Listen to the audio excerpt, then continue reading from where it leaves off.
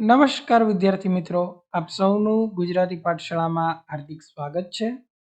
વિદ્યાર્થી મિત્રો, આજે આપણે ધોરણ 8 સ્વ અધ્યયન પોથી ભાગ નંબર 2 માં વિજ્ઞાન વિષયનું ચેપ્ટર નંબર 2 સૂક્ષ્મજીવો, મિત્ર અને શત્રુ નું સંપૂર્ણ સોલ્યુશન આપણે જોવાના છીએ.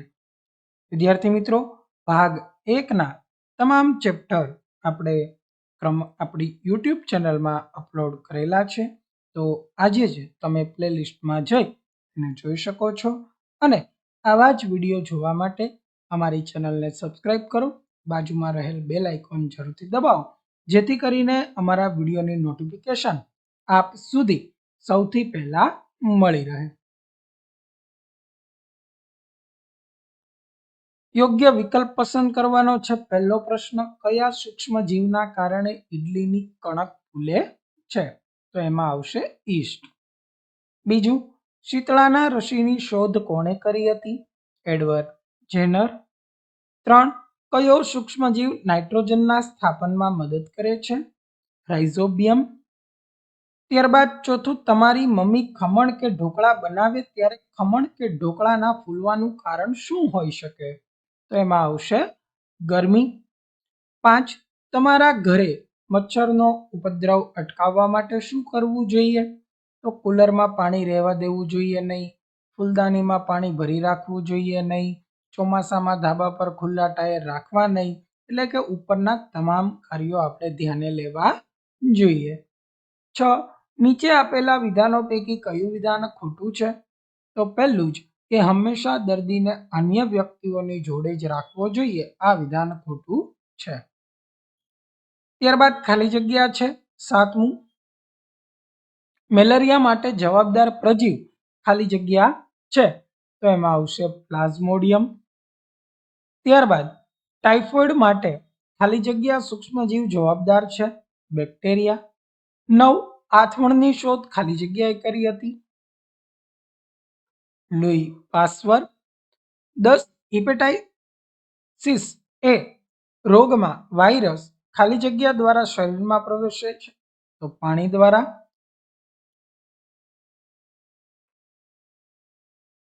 ત્યારબાદ નીચેના પ્રશ્નોના માગ્યા મુજબ જવાબ આપો. એમાં 11મો પ્રશ્ન, કે છીંક ખાતી વખતે મોં પાસે રૂમાલ શા માટે રાખવો જોઈએ? તો એમાં આવશે કારણ કે જ્યારે આપણે છીંક ખાઈએ છીએ ત્યારે હવામાં અસંખ્ય સૂક્ષ્મજીવો દર્દીના નાકમાંથી વાતાવરણમાં ફેલાય છે. આમ થતું અટકાવવા માટે છીંક ખાતી વખતે મોં પાસે રૂમાલ રાખવો જોઈએ. 12, પોચી અને ફૂલેલી બ્રેડ કઈ રીતે તૈયાર થતી હશે? તો પોચી અને ફૂલેલી બ્રેડ બનાવવા તેમાં આથવણની પ્રક્રિયા કરવી જરૂરી છે. આથવણ દ્વારા બ્રેડ પોચી અને ફૂલેલી તૈયાર થાય છે. 13, તમે ઘરમાં બનાવેલ શાક લાંબા સમય સુધી રાખી શકતા નથી, જ્યારે અથાણાનો ઉપયોગ લાંબા સમય સુધી કરી શકો છો. શા માટે? કારણ કે ઘરમાં બનાવેલ શાકમાં કોઈ પણ પ્રકારના જાળવણીકારક પદાર્થ નાખવામાં આવતા નથી, જ્યારે અથાણામાં જાળવણીકારક પદાર્થ નાખવામાં આવે છે. એટલા માટે આપણે લાંબા સમય સુધી રાખી શકીએ છીએ. 14, તપાસ કરી માહિતી પ્રાપ્ત કરો કે શું નાનપણમાં લીધેલી રસી મોટી ઉંમરમાં પણ રોગ સામે રક્ષણ આપે? કેવી રીતે? તો કે નાનપણમાં લીધેલી રસીના કારણે શરીરમાં એન્ટીબોડી ઉત્પન્ન થાય છે. આ એન્ટીબોડી આપણા શરીરમાં જિંદગી જીવીએ ત્યાં સુધી હોય છે. આથી નાનપણમાં લીધેલી રસી મોટી ઉંમરમાં પણ રોગ સામે રક્ષણ આપે છે. 15મો પ્રશ્ન, સૂક્ષ્મજીવોના 4 ફાયદા અને નુકસાન જણાવો.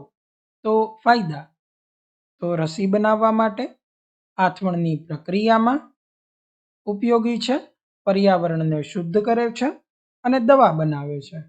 જ્યારે સૂક્ષ્મજીવોના નુકસાનમાં, તો કે ચેપી રોગ માટે જવાબદાર છે, ફૂડ પોઈઝનિંગ માટે જવાબદાર છે, ખોરાકને સડાવી નાખે છે અને દાંતમાં સડો કરે છે.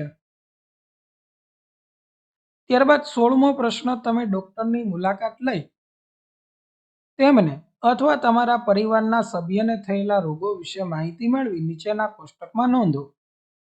તો રોગ ટાઇફોઇડ. કારણ દૂષિત ખોરાક. લક્ષણો તાવ 2-4 દિવસ આવે. સાવચેતી દૂષિત ખોરાકથી દૂર રહેવું અને સાલેમોનેલા ટાઇફી આ એનો જવાબદાર સૂક્ષ્મજીવ. મેલેરિયા રોગ. કારણોમાં દૂષિત પાણી. લક્ષણો તાવ 2-4 દિવસ. સાવચેતી દૂષિત પાણી ન પીવું અને જવાબદાર ફાલસી પેરમ. રોગ કોવિડ-19 સંપર્કમાં આવવાથી. તાવ શરદી ઉધરસ. સાવચેતી માસ્ક પહેરવું. સૂક્ષ્મ જવાબદાર છે તો કે હા કોણ તો કે કોવિડ-19 નામનો વાયરસ. રોગ ન્યુમોનિયા થવાના કારણો ન્યુમોનિયા થયેલ વ્યક્તિના સંપર્કમાં આવવાથી. લક્ષણોમાં શ્વાસ લેવામાં તકલીફ પડે. સાવચેતીમાં કફ થવા દેવો નહીં અને જવાબદાર સૂક્ષ્મજીવ ન્યુમોનિયા જ છે. 17મો પ્રશ્ન કોઈ પણ એક રસીનું નામ જણાવી તેના શોધકનું નામ લખો અને રસીથી થતા ફાયદા લખો.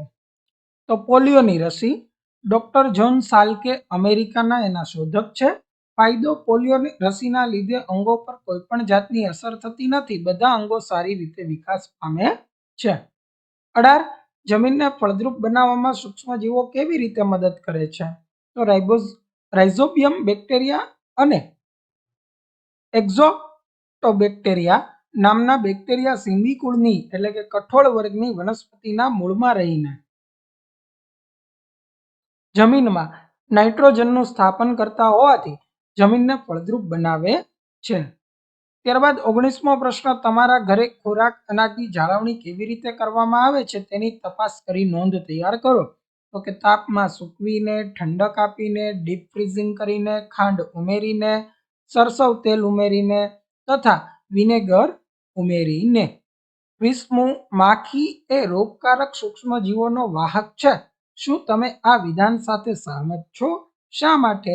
તો કે હા, કારણ કે માખી ગમે તે જગ્યાએ ફરતી હોય છે અને મળ અને મૂત્ર સાથે સડેલા ખોરાક પર બેસતી હોય. આથી તેના શરીર પર અસંખ્ય સૂક્ષ્મજીવો રહેલા હોય છે. આથી માખી એ રોગકારક સૂક્ષ્મજીવોની વાહક છે તેવું કહી શકાય છે. 21 તમારા ઘરમાં દૂધ બગડે નહીં તે માટે શી કાળજી લેવામાં આવે છે તો કે દૂધને 70°C તાપમાને 15 થી 30 સેકન્ડ ગરમ કરી ત્યારબાદ ઠંડુ પાડી દેવામાં આવે છે તેથી દૂધ બગડે નહીં. 22મો પ્રશ્ન નાઇટ્રોજન ચક્ર દોરી તેનું વર્ણન કરો. તો અહીંયા જે છે એ આપણે નાઇટ્રોજન ચક્ર જે છે એ દોરેલું છે. તો તમે વિડીયો પોઝ કરીને દોરી શકો. હવે એનું વર્ણન તો કે ભૂમિમાં રહેલા બેક્ટેરિયા અને નીલહરિત લીલ વાતાવરણમાંથી નાઇટ્રોજનનું સ્થાપન કરી તેને નાઇટ્રોજન ક્ષારોમાં રૂપાંતરણ કરે છે.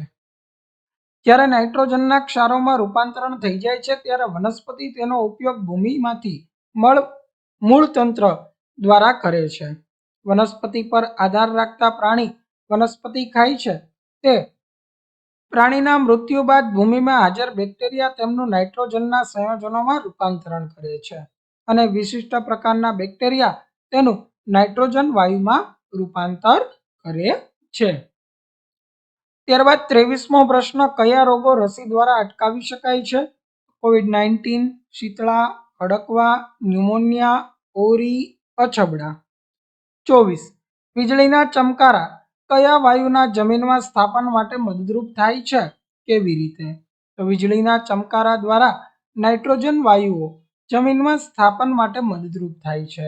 નાઇટ્રોજન ઓક્સાઇડ સ્વરૂપે જમીનમાં સ્થાપન થાય છે. 25મો પ્રશ્ન ચેપી રોગ ધરાવતી વ્યક્તિને અલગ રૂમમાં રાખી સારવાર આપવામાં આવે છે કારણ આપો. કારણ કે ચેપી રોગો છે એવા લક્ષણો ધરાવે છે કે જેના કારણે સ્વચ્છ વ્યક્તિને જો ચેપી રોગોના સંપર્કમાં આવે તો સ્વચ્છ વ્યક્તિ એટલે કે તંદુરસ્ત વ્યક્તિને પણ રોગ લાગી શકે છે. 26મો પ્રશ્ન ખોરાક હંમેશા ઢાંકેલો રાખવો જોઈએ શા માટે? કારણ કે ખુલ્લા ખોરાક પર માખી અને મચ્છરો બેસતા હોય છે અને તેના પગમાં ઘણા પ્રકારના સૂક્ષ્મજીવો ચોટેલા હોય અને આ સૂક્ષ્મજીવો ખોરાક દ્વારા શરીરમાં જતા રોગો થાય છે.